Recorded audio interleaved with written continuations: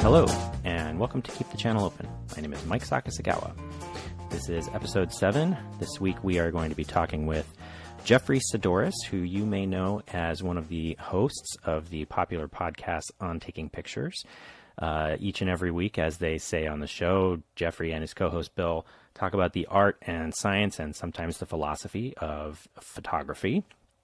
And that's certainly how I first got to know Jeffrey. But before we get to that, I just thought we could talk for a little bit. This week I'm going to try something new, and instead of writing out my introductory monologue, I'm just going to wing it, just see how that goes. By a writer named Esther Wang, and the title of the article is "Watching and Reading About White People Having Sex is My Escape."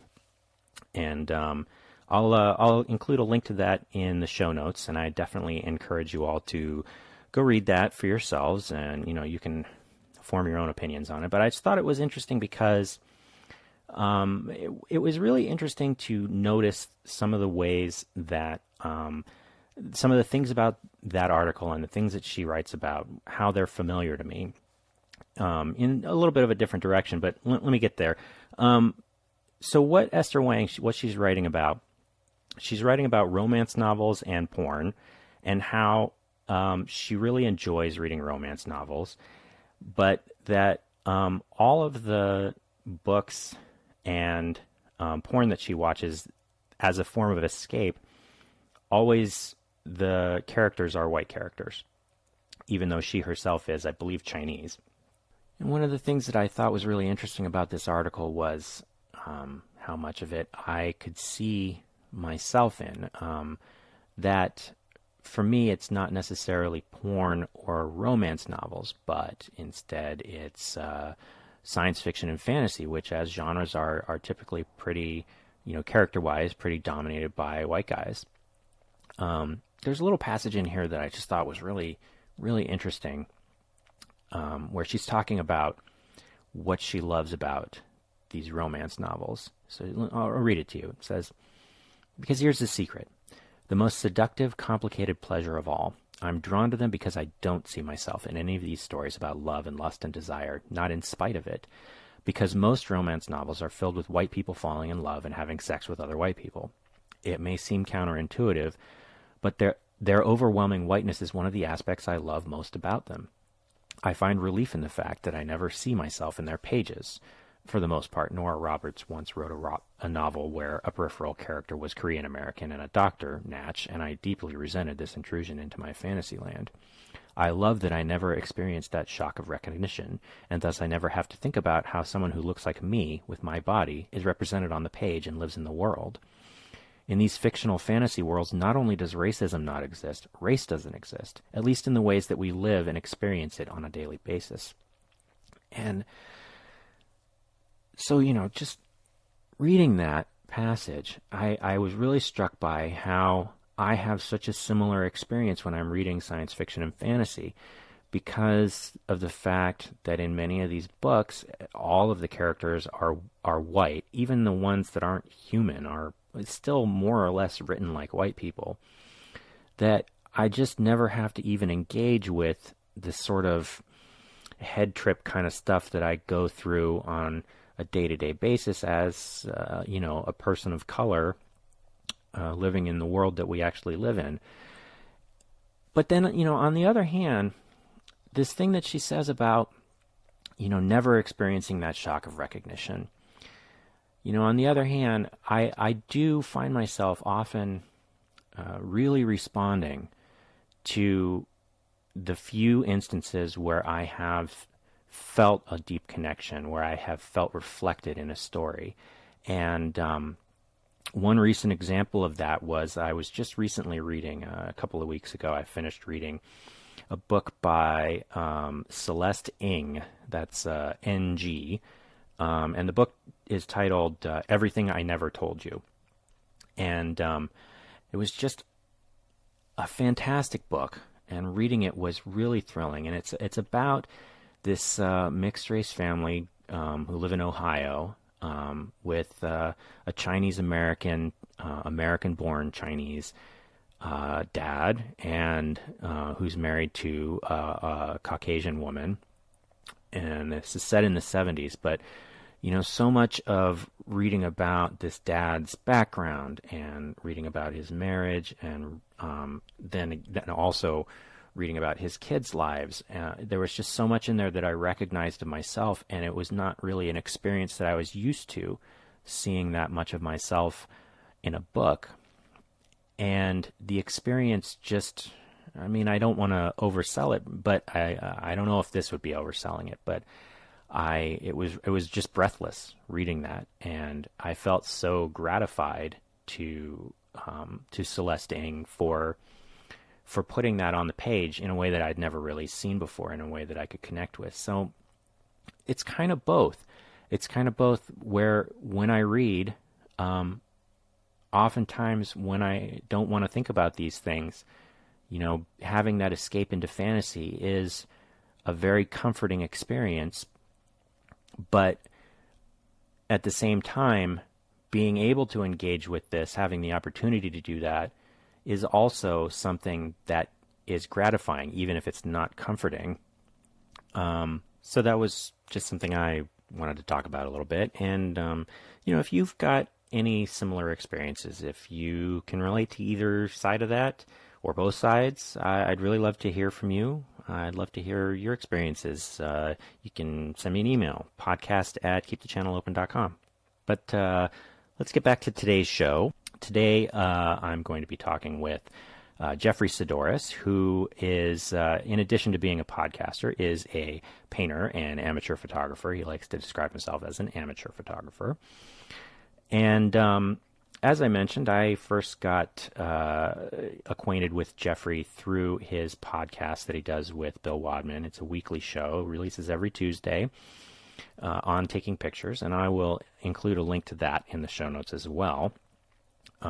It's a great show. If you have any interest in photography, you can definitely check that out. And Jeffery actually has a couple of other podcasts as well, where he talks to photographers, and one of them is called Craft and Vision, which is part of David Duchemin's Craft and Vision network. And then he has one that he does on his own that is called Process Driven, which is actually not too terribly different from this one, although a slightly different focus. But he's a guy that he has a lot of curiosity about the world and about art and about people's approaches to art, and so that was something that I thought would be able to make a good conversation. Also, just as a listener, a longtime listener of his podcast, I was really just interested to get a little more background on the guy behind the show. So I will include a link to Jeffery's website in the show notes, and you can go check out some of his writing, some of his paintings. He's got some scans of paintings on his site, and he's got links to all of his shows, and they're definitely worth checking out once you are done listening to this one. So without further ado, here is my conversation with Jeffery Saddoris.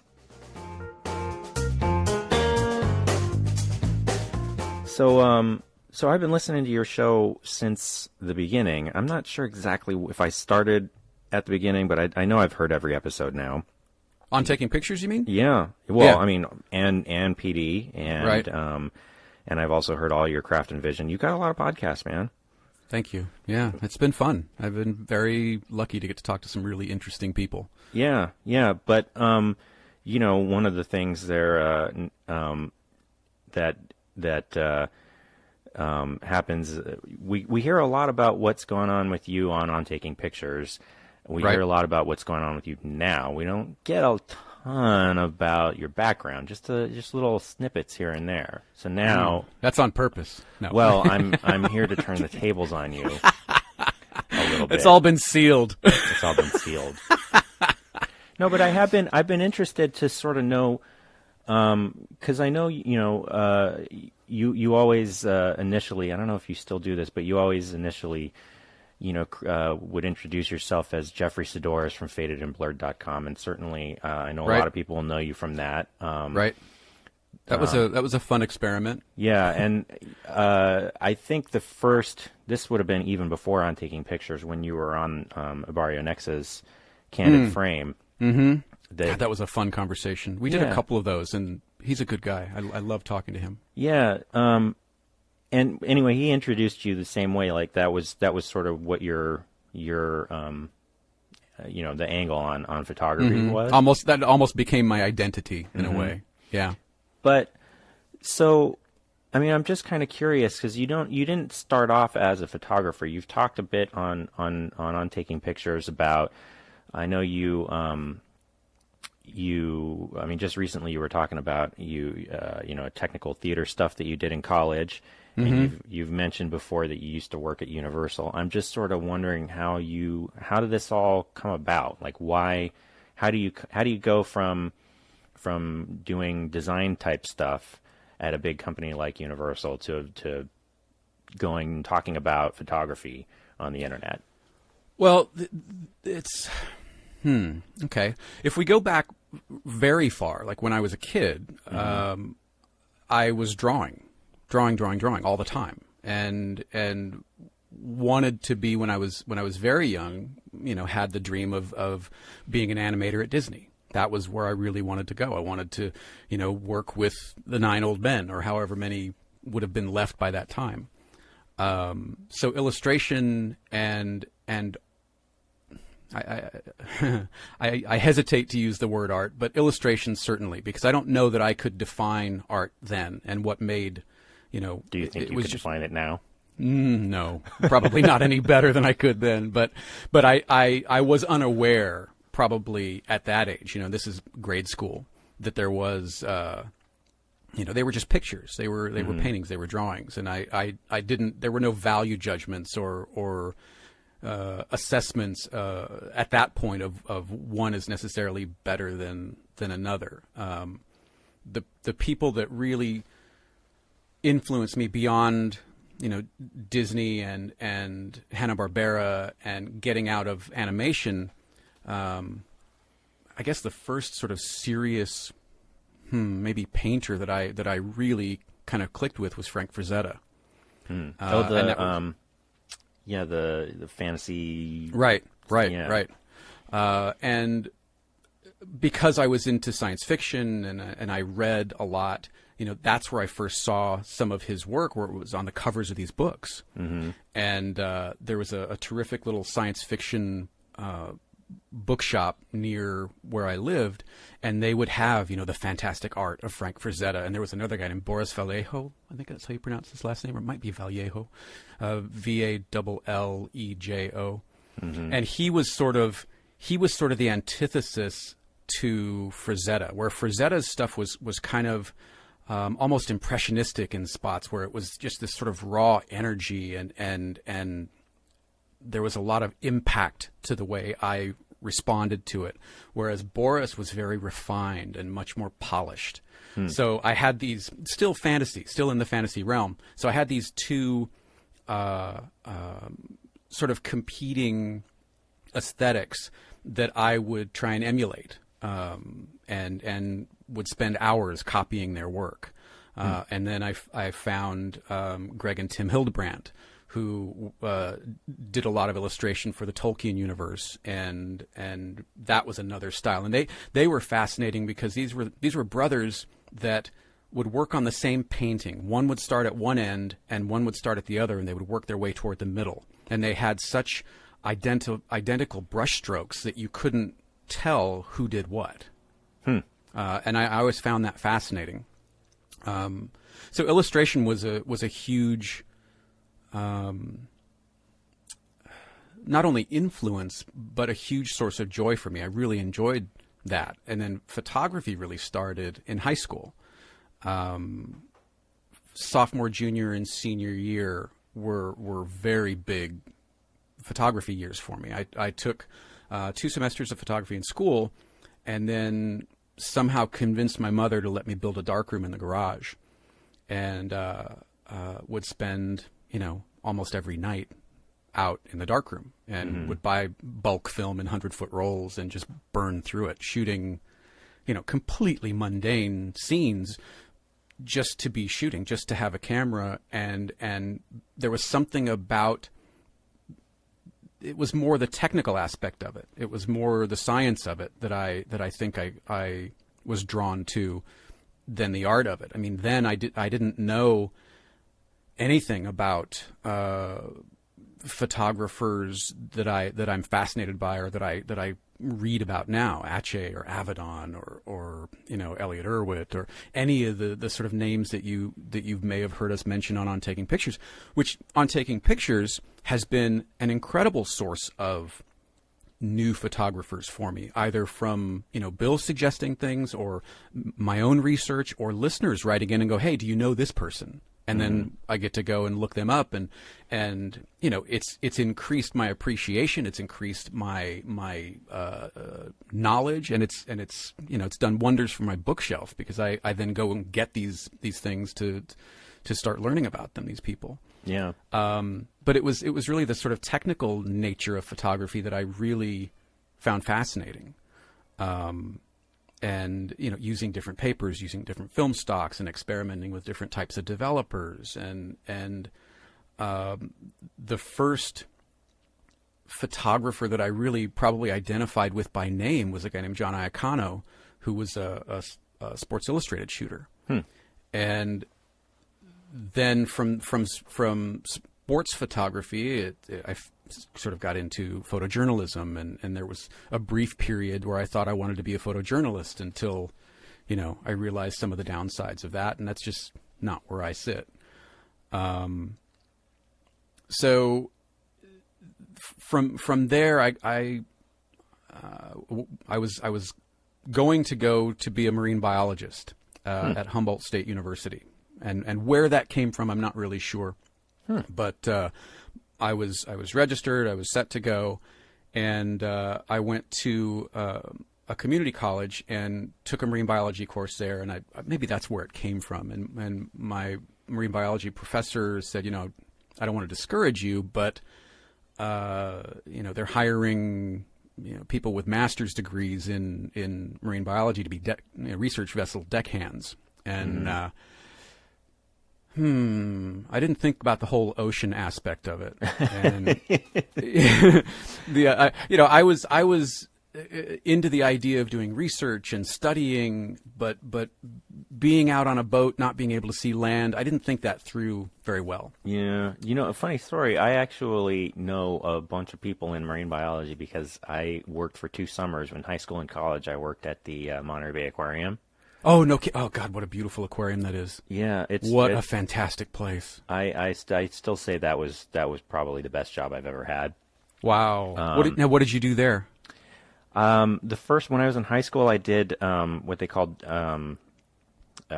student guiding, which basically just meant you'd stand next to something, and when people had questions, you'd talk to them about it. Okay. Almost like a docent type thing, but for a particular exhibit or something? I mean, yeah, it was like being a docent. Basically, you'd stand with one of the actual docents and sort of field the extra questions. How fun. Yeah. And you did that in high school? Yeah, in high school. And then when I was in college, I was an intern in the visitor presentations department, where we basically we did some of that, what they called interpreting for the exhibits, but then also we would give little presentations out on the back deck, do little skits and stuff that would, educational type things. Very cool. Wow, that's fun. Yeah, that's such a great aquarium. Yeah. If you haven't been and you have the chance, go. It's a really terrific place. Yeah, absolutely. I always tell people that, but it's just funny. It was a similar thing, like where by the time I was in college, of course, I was already sort of on a different track, but I remember in high school thinking, man, I can really do this. But then most of the jobs in that field are not that kind of thing. Even, at the, right. At the aquarium itself, like the people that actually had biology backgrounds were sort of few and far between. And, the number of, animal husbandry jobs were there weren't a ton of people doing that at the aquarium. So what a great place to even have an experience from, though. Yeah. I can imagine that was just an amazing experience. Yeah, it was great. So, but the being on a boat thing, that wouldn't have worked out for me either. Yeah, it's, and it's funny when my grandparents used to live in Crescent City, which is this little town, kind of last town in California before you hit Oregon moving north. It's right on the coast. Okay. Big sequoias and redwoods, and it's this little coastal town. And we would go up and visit them. They lived in Arizona in the winters, and in Crescent City in the summertime. They would have they had a trailer in each place. And one summer I went up and went crab fishing with my grandfather, and we're out in this little boat. I don't even remember what kind of boat it was, but it was pretty small. And there was this moment where, you would go down in a swell and nothing but water, 360 degrees around you, and then you'd come up and see land, and then you'd go down and be surrounded. And that was it for me. I was done. One trip, couldn't have done it. No way could I have done that for a living. Oh my God. So I need to be on land, I think. I have trouble on on a flat lake, So it's yeah, it was rough. It was rough. So marine biology doesn't pan out. Doesn't pan out. About I don't remember the timeline, but very soon before the year was to start, I told my mom I didn't want to go. Mm-hmm. And we had to have the conversation with my dad. They were divorced at the time. They got divorced when I was 4, but still had to tell Dad. And she said, "Well, what do you want to do?" And I decided to go to Long Beach State. Didn't really know what I wanted to do at that point. They had a great design program, and that was, it was close enough where I could still live at home, and I didn't have to, go across country or whatever. So that's where I ended up going. And within the first couple weeks of going there, I met some of the people in the dorms in my block of rooms were in the theater department. And a couple people I met, and they said, "Oh, what do you hear? What's your major? Typical kind of, what are you doing here?" Mm-hmm. And I said, "I really don't know." And so I was invited up to the theater department, and pretty much from walking in the door and meeting the first few people, it felt like these are my people. This is something that I can really sink my teeth into. Again, because there was this sort of artistry of it, but there was also the technical nature of it. Mm-hmm. And those two things I'm finding are kind of a theme in any of the creative work that I do or that I attempt. Mm-hmm. There has to be, each of those things have to kind of either coexist or battle for control, depending on how you see it. Right. But I like things that are enough happy accident backed up by enough technical process to be interesting to me. Yeah. Yeah. I mean, that's definitely something that comes across in your various shows, that you are very drawn to process. You're very mm-hmm. drawn to technique. You guys talk about that stuff a lot. Right. Some would say too much. Well, I don't know about that, but so how does that what am I trying to say? So you find yourself in the theater department. Theater departments right. are great. They are terrific. And what I found was that Cal State Long Beach has one of the best technical theater programs in the country. At least they did at that time. And I learned so much about not only craft and the idea of making or the passion for making, because look, not a lot of people are making money in theater. Yeah. Right. So the people that are in theater, whether on the acting side, on the performance side, or on the technical side, by and large, are doing it for the love of it. They're doing it because this is what they are drawn to. This is what they want to do with their lives. They're not making millions of dollars, by and large, unless you're like Lin-Manuel Miranda or something. Right, and few of us are. That's right. So I found theater didn't turn out to be where I ended up, but it was certainly a valuable part of my life. From excuse me, from school, I went to Texas Shakespeare, where I was prop master there. I worked at Alabama Shakespeare Festival, where I was properties and millinery, and so I got to experience a lot of different types of people and a lot of different types of process, a lot of different types of reasons for doing things. And ultimately, when I came back, I traveled for a couple. Excuse me, I just whacked my mic. Sorry about that. When I came back, I kind of didn't know what I was doing, and I got a job at the special effects house in North Hollywood, doing practical special effects, and again, building and making, and this is sort of the theme that has been running through everything.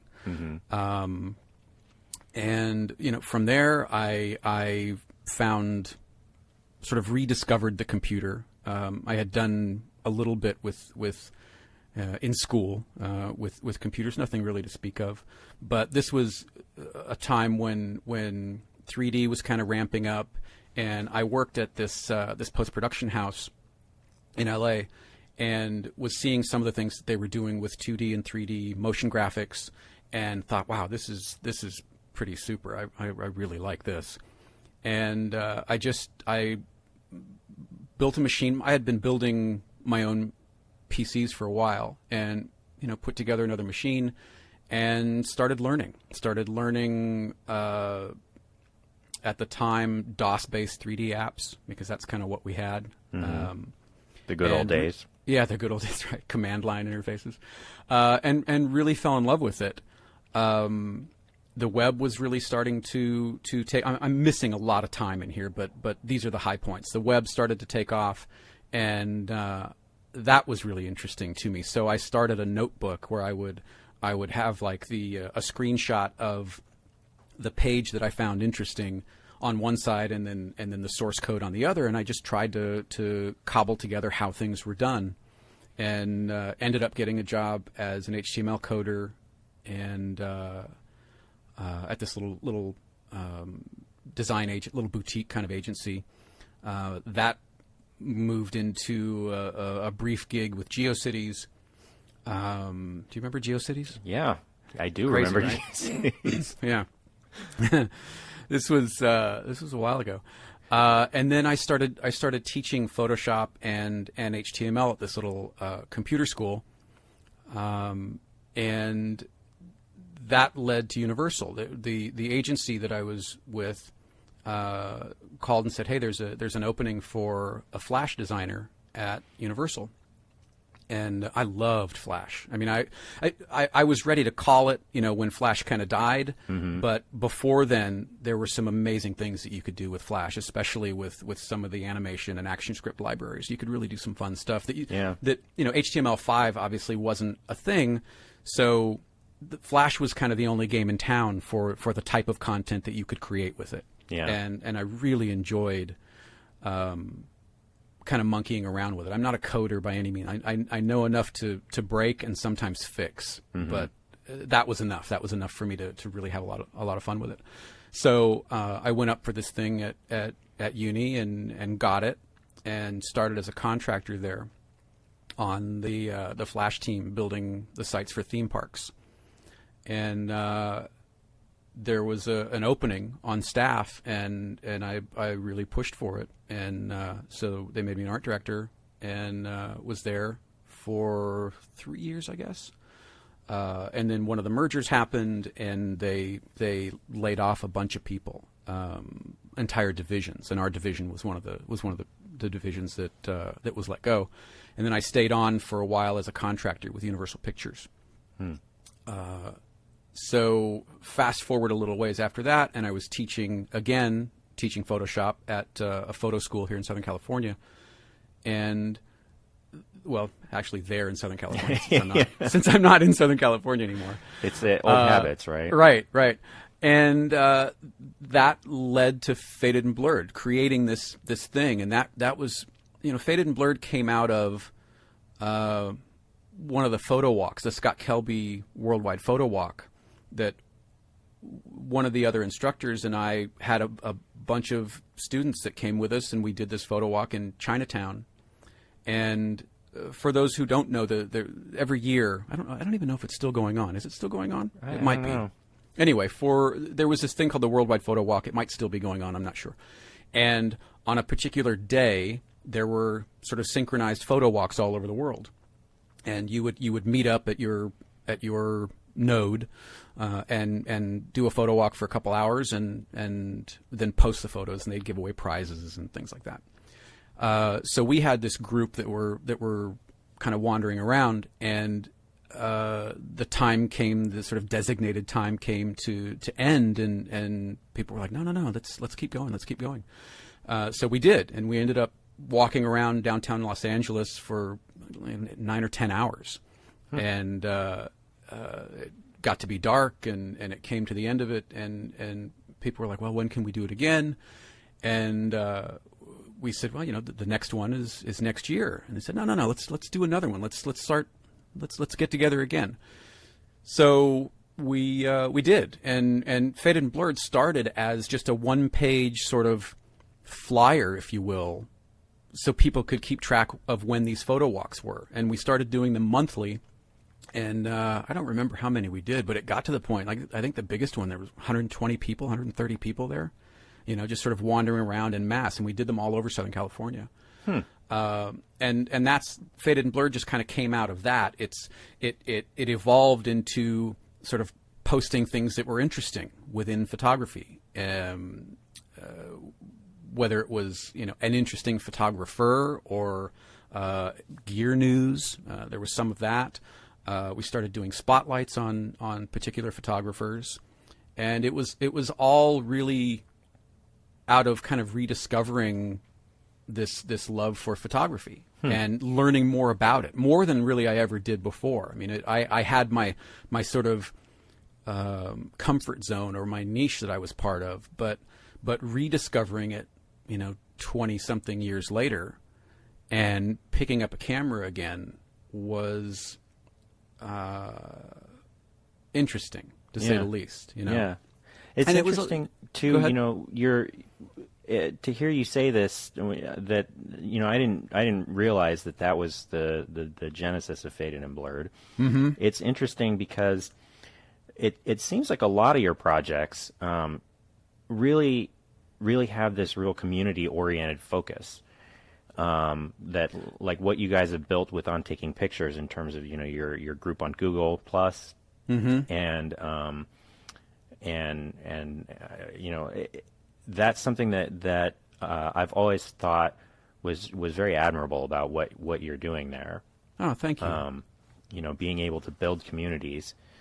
The community aspect of it has always been difficult. I wanted, when Faded and Blurred evolved into something else, because it started as this single sort of WordPress page, and then I had the idea that, no, I really need to build this in Joomla. I didn't know anything about Joomla, but I thought Joomla's where it needs to, Wow. Joomla's where it needs to be. So I learned enough about Joomla to cobble this thing together, and then realized that's not really where I wanted to go. So a version 2.0 had to happen. So we back to WordPress, But the community aspect of it is hard. You can have everything in place on the back end or on the technical side for a community to exist, and it doesn't mean that a community is going to thrive or grow or happen. On the other side of it, you can put something up on Google Plus in the case of On Taking Pictures, and Google Plus is not a great platform for community, in my opinion. Right. It's missing a lot of functionality that really makes these types of communities a lot more enjoyable to navigate through and to follow conversations, et cetera, et cetera. But despite that, the On Taking Pictures community has become something of an anomaly in that you've got a group of people who are all really supportive of one another.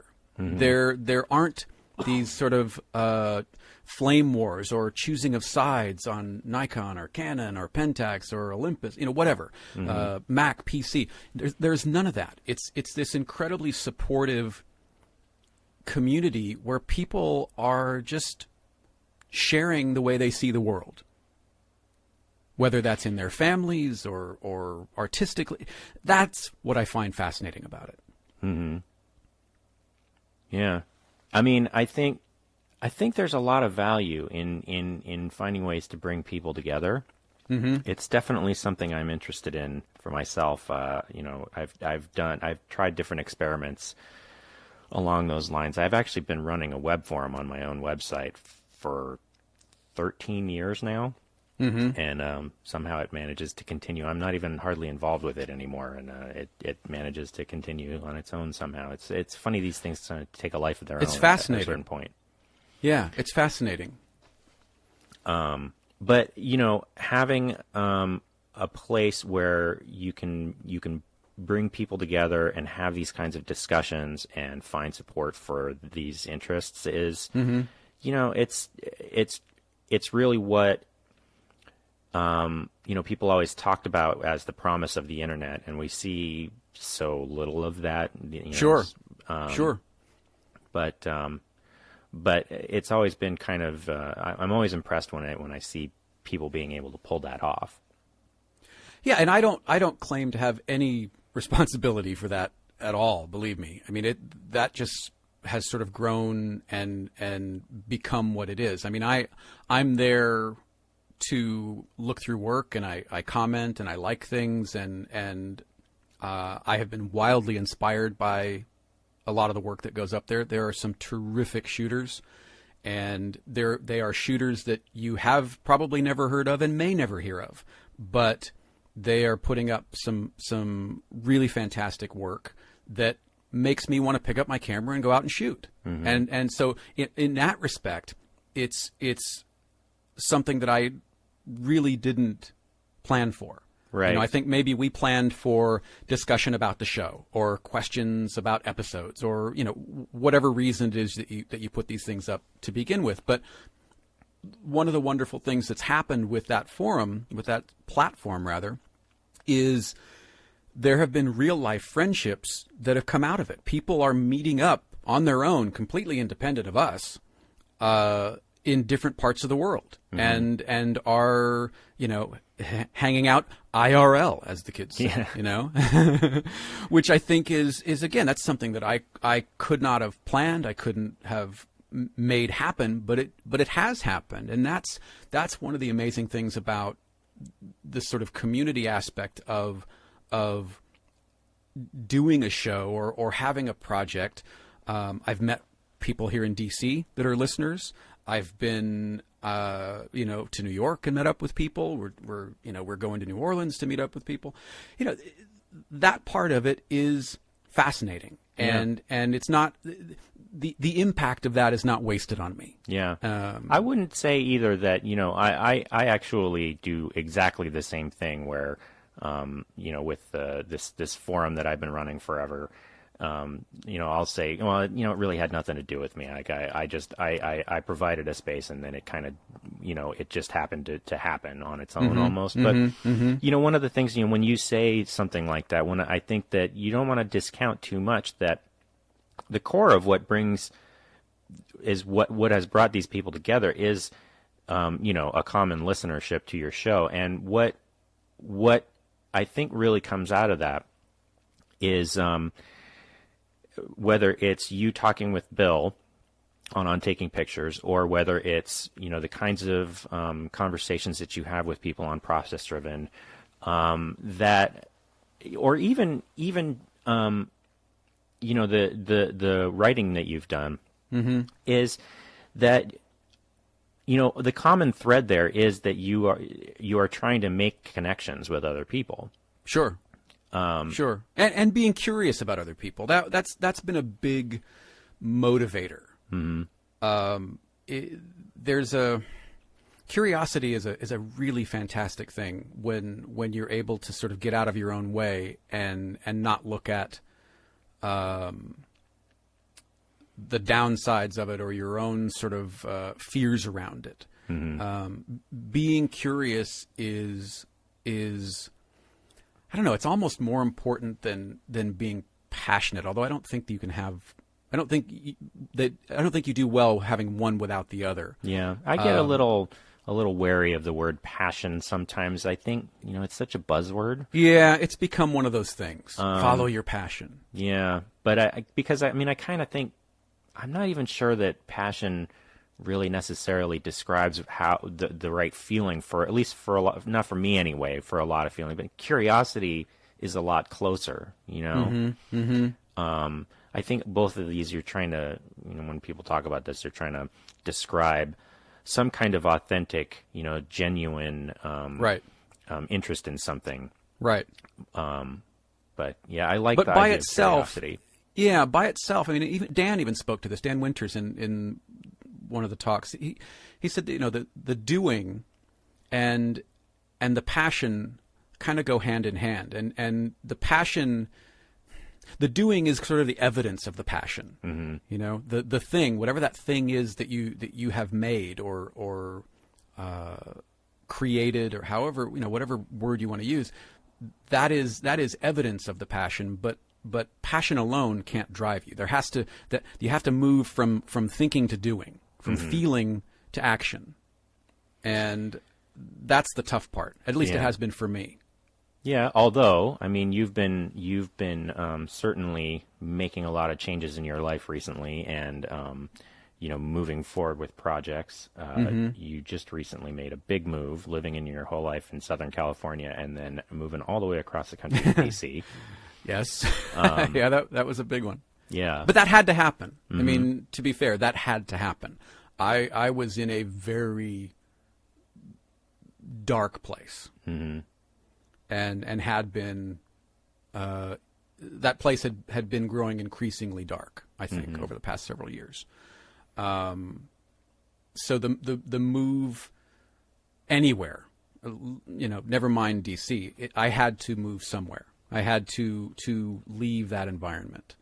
And in doing that, I think that certainly lessened a lot of the fear that I had manufactured around my own life, around my own maybe capabilities or abilities. And I do notice a change, but it's work. You have to choose. You have to choose to make those things. Right. You have to choose to make those choices. You have to choose to, what's the, choosing not to decide is still making a choice. I was having that exact conversation with my 4-year-old daughter last night. How'd that go? She was a little less convinced. Yeah, she was basically, trying to. She's one of those things where she wants to eat the cake and still have it afterwards, kind of thing. Let me know how that works out for you. Well. They go through this. Hopefully they come out the other side. My 7-year-old has sort of become a lot more reasonable, so I maintain hope. Not so much on the 4-year-old at the moment. Not today.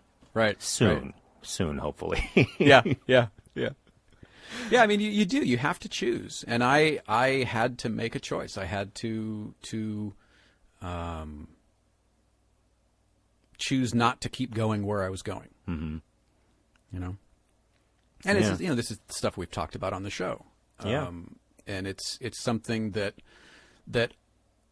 one of the things that we get asked a lot is why talk about these things. And I think it helps. I think we get into this space of thinking that we are the only ones who feel a certain way. Like we're the only ones who've ever been down on our work, or we're the only ones who've ever had doubt, or we're the only ones who have ever, lost X, whatever X is. And I think being willing to talk about it, excuse me, is it helps other people. I mean, I know it has, because I've gotten emails about it. I've gotten messages about it, that it helps other people be willing to talk about it. It helps them address something that maybe they didn't have the ability to address before. Yeah, And absolutely. I love that. I feel tremendously humbled that anything I mean, you've listened to this show, that anything I have to say affects people in some way. Yeah.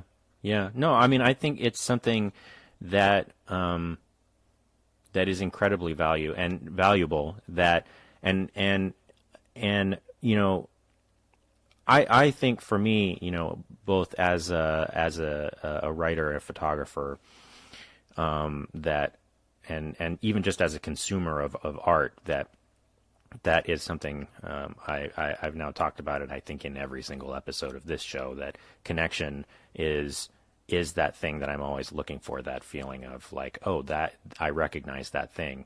Mm-hmm. And I think that, you know, I talk about that in terms of art, but really connection is one of those things. This longing for connection is, I think it's such a primal motivational motive force for people. Sure. You know, and the ways that can come out, whether it's in a piece of art or something like a podcast, is you know, it's the kind of thing that brings people together. Right. Yeah. Right. Yeah, it absolutely is. And when it works well, it's an incredible feeling. It might be the greatest feeling in the world. Mm-hmm. You know, feeling connected to either another human being or the expression of another human being in the form of art. Mm-hmm. That's an incredible feeling. You know? Yeah. And it's something that I have on again, off again chased my whole life. Mm-hmm. You know, certainly my whole adult life. Yeah. Yeah. So I want to make this even more about you for a minute. Oh, Jesus. But so, you know, you millions of podcatchers are switching off. Oh my goodness. No, I'm kidding. But you know, I want to talk about your personal work a little bit. Okay. You know, you describe yourself as I think the line in order in your bio is serial conversationalist, writer, painter, amateur photographer. Uh-huh. But you know, I'm interested in sort of how immersing yourself in this world, you know, through conversation, mm-hmm. how that informs your own personal work. You are a painter. I mean, I was just recently looking at the stuff that you've got on your website, mm-hmm. and it's all very striking, and it's different from, I think, a lot of the stuff that the people that you talk to or talk about on taking pictures. It's different from that kind of stuff. But you know, I'm just sort of interested in how your work sort of comes out of, or you know, is it informed by the stuff that you're talking about, or is it more separate? Well, thank you for looking and for saying that. I appreciate it. It is, you know, my work is, I don't paint a lot, and part of it, this goes back years, you know, mm-hmm. part of it is, and I think you and I have even talked about this offline, is the idea that if it's not going to be, amazing, if it's not going to hang in the Met, then why do it? Mm-hmm. And I think that chasing perfection, or what we put big air quotes around perfection, chasing that is something that a lot of people get stuck in, and I know I did, and mm-hmm. I still do to a certain extent. But the painting that I have done, I take these long breaks in between. They're sort of bursts of pieces. You know, I'll do 10 pieces or 12 pieces or whatever, and then I'll stop for whatever reason. Part of it, I think, is the actual process of doing it. The pieces that are up there now are very time intensive, because there are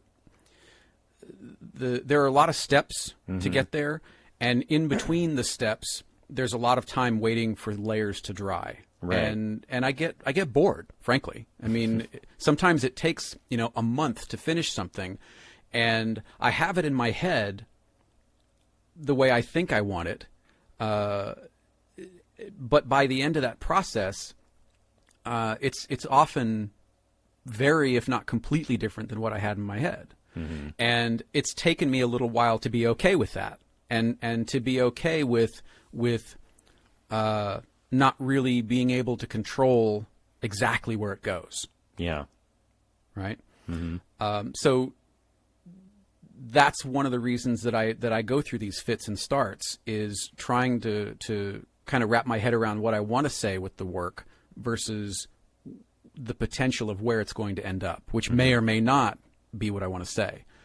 And then the other part of it, in talking to people, I am wildly inspired by talking to people, not just people who are creative, again, in big air quotes here around my mic, because I think everyone is creative in some way, and that belief has changed for me in the past 20 years, 10 years even. And my conversations that I've been enjoying having with people are sort of part explorer in finding some of that, and how people express themselves, how people, whether it's creating work or whether it's just through self-expression, that inspires me in different ways. It may inspire me to write something about them. It may inspire me to paint something. It may just inspire me to go have another conversation with someone like them. I don't know how it works really.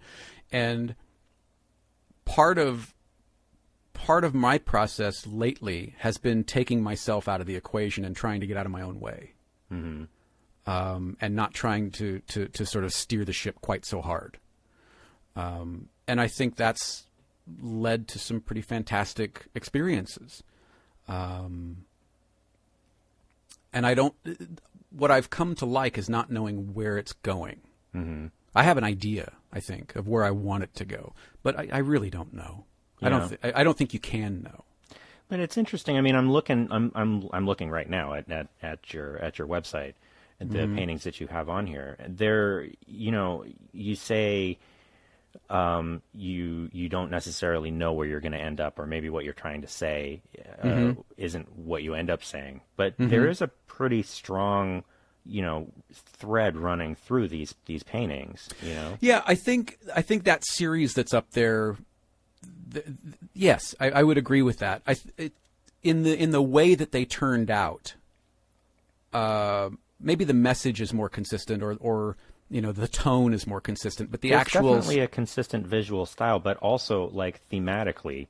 Mm-hmm. I mean, I'm actually when I first saw these, I was a little surprised because on the show, even on Taking Pictures, where you guys talk about your opinions about stuff a lot, we can get a pretty good sense of the two of you, but you don't more than you want. That's what we're there for, though, right? Yeah. But I mean, one of the things that the two of you don't spend a lot of time talking about is politics. You have sort of hinted at it here and there. We get an idea that for example, I'm fairly certain that neither of you are Trump supporters. But I mean, these paintings, they seem to be pretty overtly political, at least to me. Yeah, at the time, I think they were. But they still are, sure. That was I was fascinated, and I still am, by propaganda in all of its many sort of splendors. And that series was me, I think, exploring if I were making propaganda, what would it look like? Mm-hmm. And a lot of it was exploration of process, because those pieces were technically processes that I hadn't tried before, and I was still kind of working my way through whether it's like emulsion transfers or or learning to work with acrylic mediums and found objects and creating, texture. So a lot of those are technical exercises with imagery that I just happen to find dramatic. Mm-hmm. But yeah, I think there's probably a theme that runs through it. And that maybe has changed in the past, 8, 9, 10 years. Mm-hmm. Yeah. So we should probably, where are we right now? We should probably, golly. What do you think the theme is, by the way? What do you get out of it? What do you get out of that? Well, I mean, so the thing that you have in here where you've got this repeated imagery of money, of the American flag, and then in several of them you've got oil in the background. I mean, to me this really seems like a pretty strong sort of statement about to me it reads like a pretty strong statement about our current sort of international political situation, Mm-hmm. and it's you've got a lot of war imagery in here and old newspaper kind of stuff. To me, it seems like, it reads like both an anti-war, but also sort of in some ways maybe almost anti-capitalist kind of thing. Yeah, I think there's some of that. I think there's certainly some distrust of the government. Mm-hmm. There's certainly commentary on power and corruption that often goes with that power. The idea of oil and money and power going hand in hand, that's definitely there. Mm-hmm. The most recent two,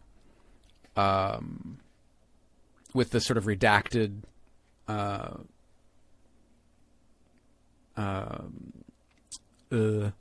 sounds like documents. Mm-hmm. That there's actually a third one that goes in there too, that all feature this same couple. The couple that's in the color little Polaroid there, mm-hmm. that's him again in black and white on the other piece. I see. And then the third one is her, and there's a backstory behind it that would probably be clearer with the third piece. But it's espionage and covert ops and going way back. That this has been ongoing since for decades. Mm-hmm. And maybe I still have. I'm not quite happy with the third piece yet, but it's close. But I'd like to put that one up as well. I more than anything, I love the texture in these, and there's been a progression of almost how visceral these feel to me. Mm-hmm. The piece with the bluish kind of cyan triangle with almost an exclamation point in it, that on the right side, that's mm-hmm. probably the cleanest piece that's up there. And that was just an exploration in texture and color. The piece right above it is same kind of thing. Really just experimenting with different techniques and textures mm-hmm. and different products. I changed matte mediums that I was using. So this was kind of seeing, how it reacts to paint and being carved up and how translucent it is. There's actually a blueprint that you can't really see very well in the image, but there's a blueprint underneath that bottom portion that you can see better in the piece in person. In fact, mm-hmm. right in the center, you can kind of see where that little notch, that little triangular shaped notch has been cut out. You can kind of see there's a circle and some type. Mm. So you can see a little bit of that. But a lot of these are explorations of process. Right.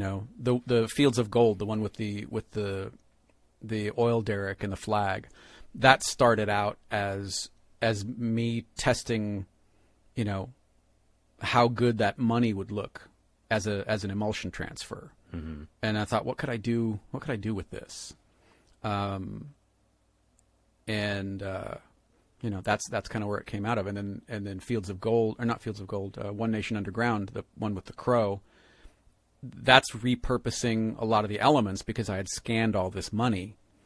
It's repurposing a lot of these elements, and I think those two images fit together really well. Those two pieces, rather. Yeah, definitely. They're both about oil. The one with the Juliet and Romeo with the guy and the girl. Mm-hmm. That was that was me experimenting with a bunch of different techniques and processes, using gold leaf for the first time in a long time. But that was for my dad. Those theaters. The United Artists Theater, the Palace Theater, those are all theaters in Los Angeles that he used to go to as a kid. And the guy on the right is actually, it's a photo of Johnny Weissmuller, mm-hmm. Olympic swimmer that also played Tarzan. So that was right. that was for him. I never showed it to him because he would just think it's crap, but come on. No, he really would. He really would. So, yeah. But I think the three that really do go together, because they were done as a series, Casualties of War, the guy with the flag over his chest, the little boy, and then the guy holding the bomb. Those were planned as a series. But again, they have elements of where I wanted them to go, because on a lot of these I mock up in Photoshop how I want them to look. Mm-hmm. In fact, I mock up almost all of them in Photoshop because the elements have to be digital to be printed out anyway. So I'll do a composite and sort of plan out where I want them to go. But because you're scraping and you don't know how things are going to dry or how colors are going to be transparent or not transparent, they do end up being often miles away. And a lot of times I screw up completely and I have to sand it all down and start again. Or I'll sand away part of it and start again. So for the second segment, I always ask my guests to bring a topic of their own. And the thing that you mentioned was this photograph of Mark Zuckerberg with why don't you kick us off here?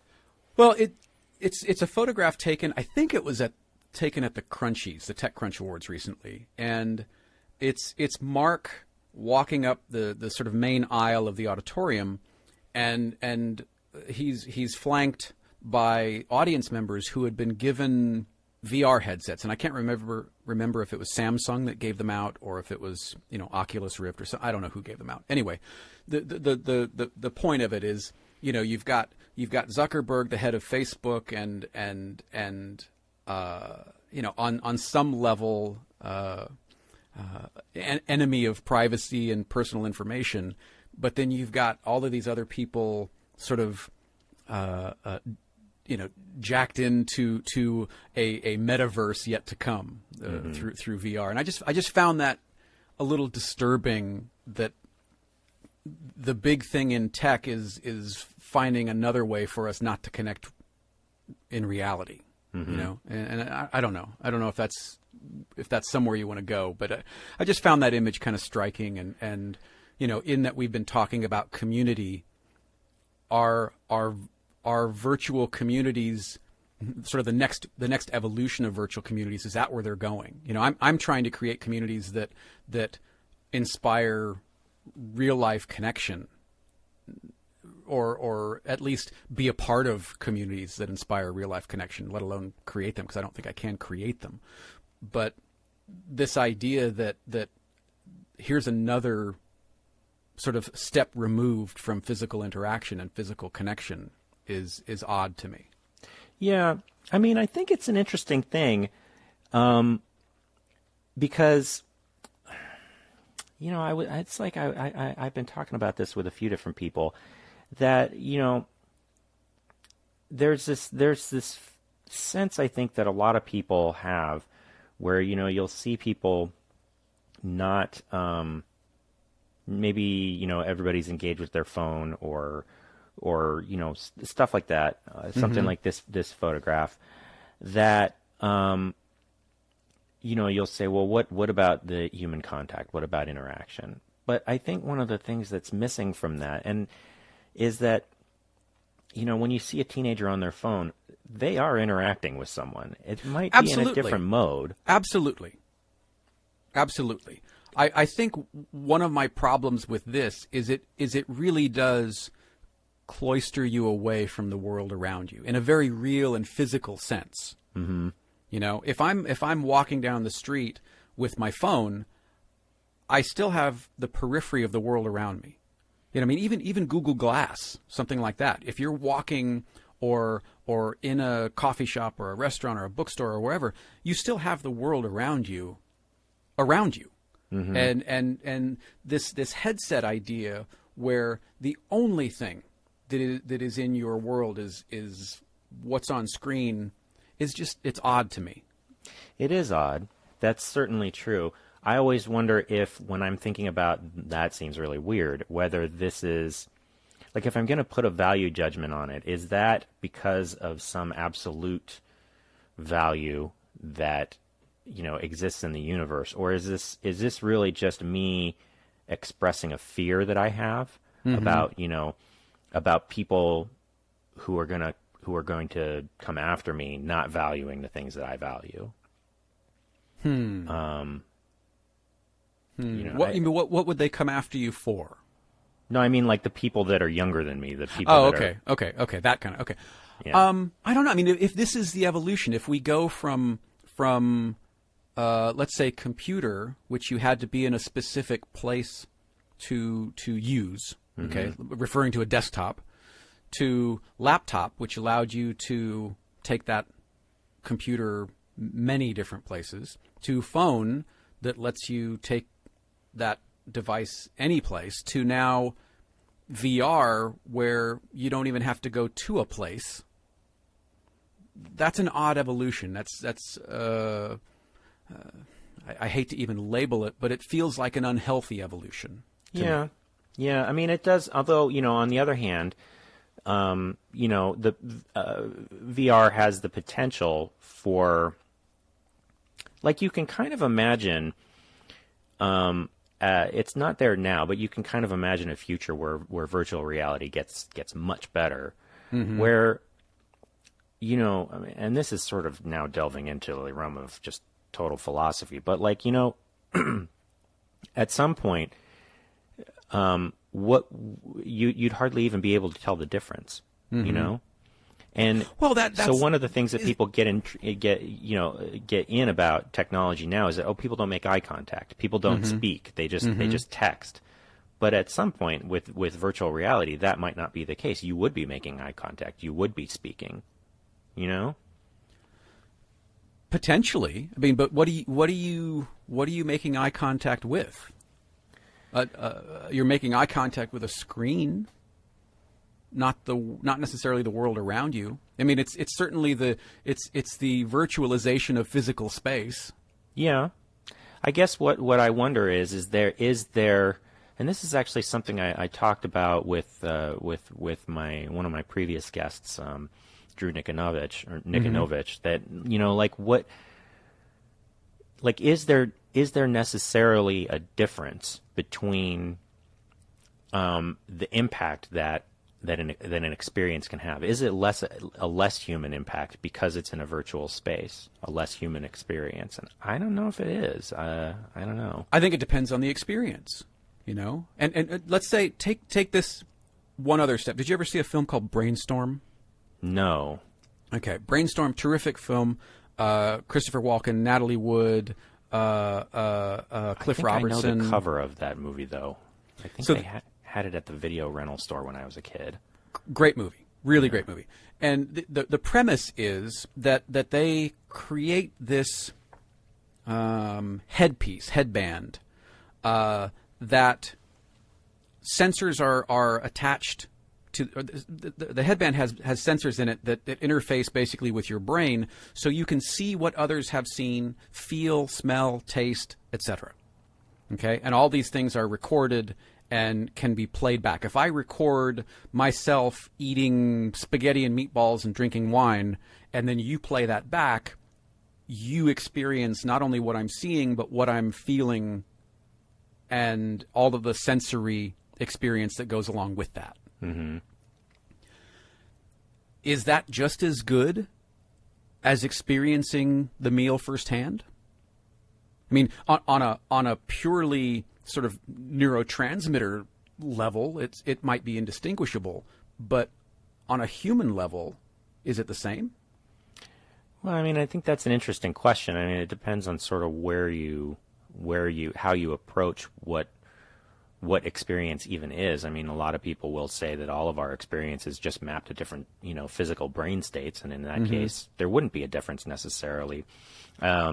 Obviously, one thing that would be different about that is that a recorded brainwave or whatever wouldn't be able to physically nourish your body. So sure, that's one thing.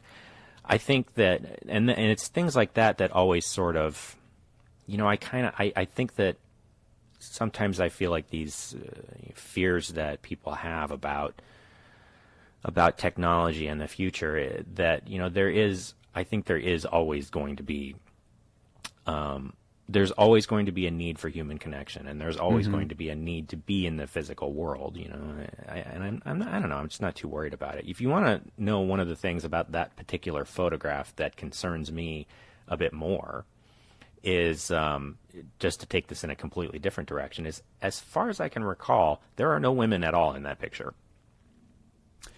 Wow, you know what? That might be an interesting point. I will have to look that up.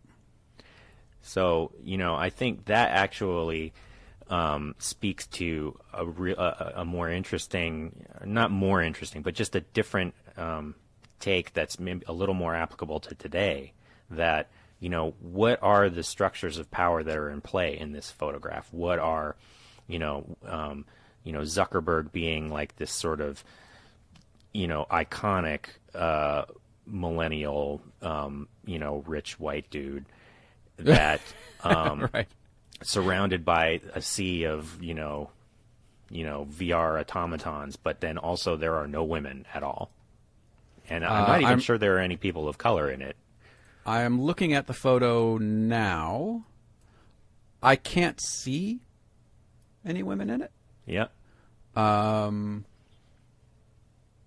As for sort of racial diversity, it's mostly Caucasian, Asian, maybe Hispanic, or Central South American. Who I can't tell because partially they've got these things on their faces.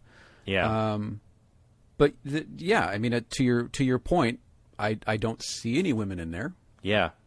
It's an interesting.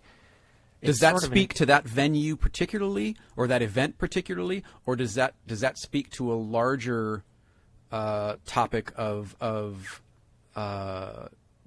gender and technology?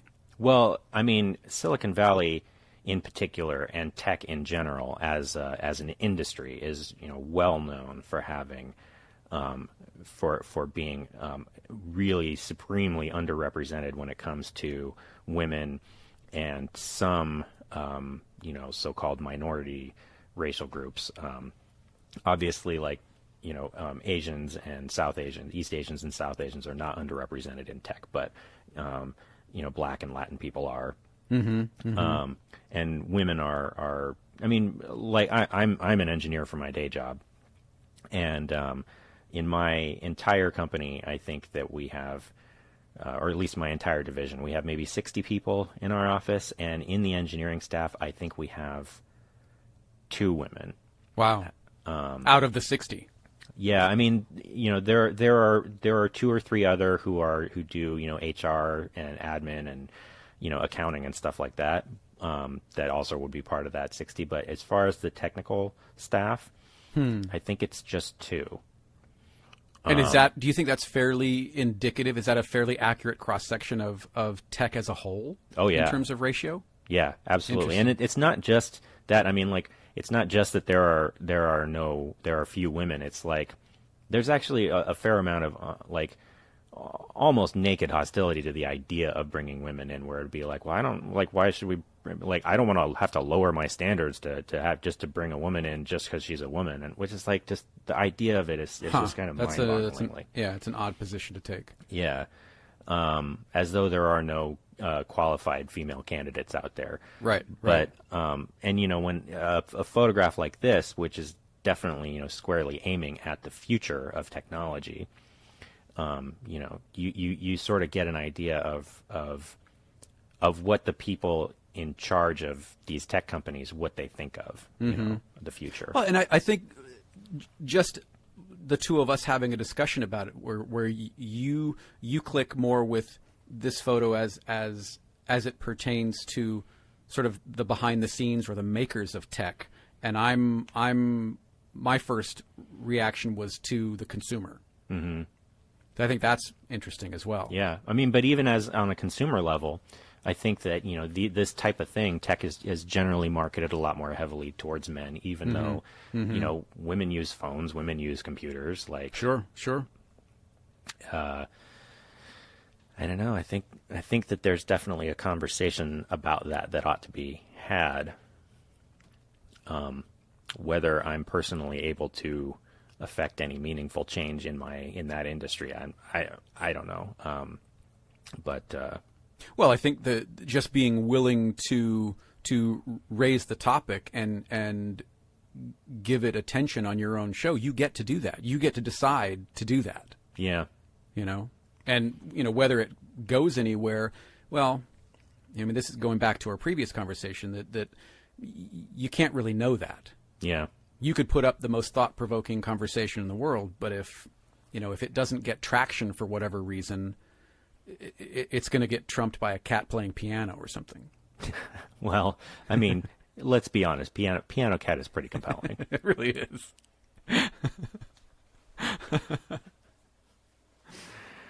Maybe someday I'll be as charismatic as the Piano Cat, but until then, just keep on keeping on. One can hope. Yes. Hey, so I think we need to wrap up, but I really appreciate you taking the time. And my pleasure. My pleasure. I hope it was cohesive, at least in spots. Yeah. Anyway, so I've completely lost my train of thought. Piano Cat threw you for a loop. Yes. I guess if this were video, I would just cut to the Piano Cat playing me off, and we'd be done. Alrighty, that was my conversation with Jeffery Saddoris, and my apologies to Keyboard Cat for getting the name wrong. It's Keyboard Cat, not Piano Cat. Anyway, I'll throw a link into the show notes, and you can check out that YouTube video on your own. Anyway, if you would like to follow Jeffery Saddoris, you can find him on Twitter at Jeffery Saddoris. That's JefferySaddoris. And, you should definitely check out On Taking Pictures, check out Process Driven. And if you've got any thoughts about the conversation that we had, please drop me a line, podcast@keepthechanneleopen.com. You can also find me and the show on Twitter at ChannelOpenPod or on Facebook at Keep the Channel Open. If you like what we're doing here, please do subscribe and leave a rating or review on iTunes. Really helps people find the show. Our theme music is by Poddington Bear. You can find more of his music available for licensing at soundofpicture.com. Next week, I'll be talking to painter Brian Ida. He's one of my favorite contemporary painters, so stay tuned for that. And in the meantime, remember, keep the channel open.